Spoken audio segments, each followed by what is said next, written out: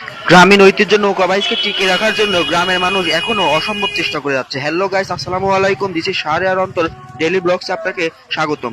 আমরা গত 4 তারিখ বা 3 তারিখে নৌকা বাইচ দেখতে হাদল চলে গিয়েছিলাম। তো সেখানকার গ্রামীণ পরিবেশ আর গ্রামীণ যে মনোমুগ্ধকর জিনিস দেখে আমরা আসলে মনোমুগ্ধকর হয়েছিলাম।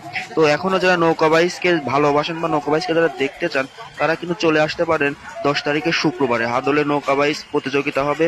তো সেখানে আসলে আপনারা অনেক ধরনের নৌকা বাইচ দেখতে পাবেন।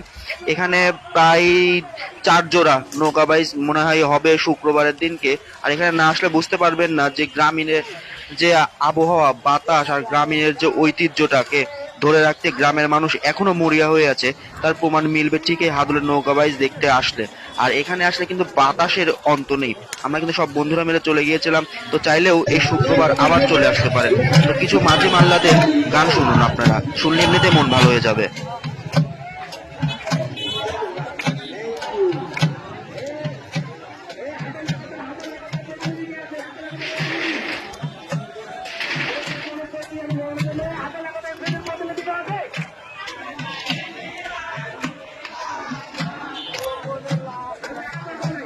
বিলের পাড়ে কিন্তু অসংখ্য লোকজন বসেছিল। এসব লোকজন কিন্তু চলে আসছে অনেক দূর দূরান্ত থেকে শুধুমাত্র নৌকা বাইচকে উপভোগ করার জন্য, বা যারা নৌকা বাইচটাকে ভালোবেসে থাকে। আর এভাবেই মাঝি মাল্লারা তীরের পাড়ে এসে তারা কিন্তু ঢোল বাজিয়ে গান শুনিয়ে দর্শকদের আনন্দ দিয়ে থাকে। তো আপনারা যারা এইসব আনন্দটাকে উপভোগ করতে চান তারা কিন্তু চলে আসতে পারেন হাদলের নৌকা বাইচে ঠিক এই শুক্রবার। আসসালামু আলাইকুম।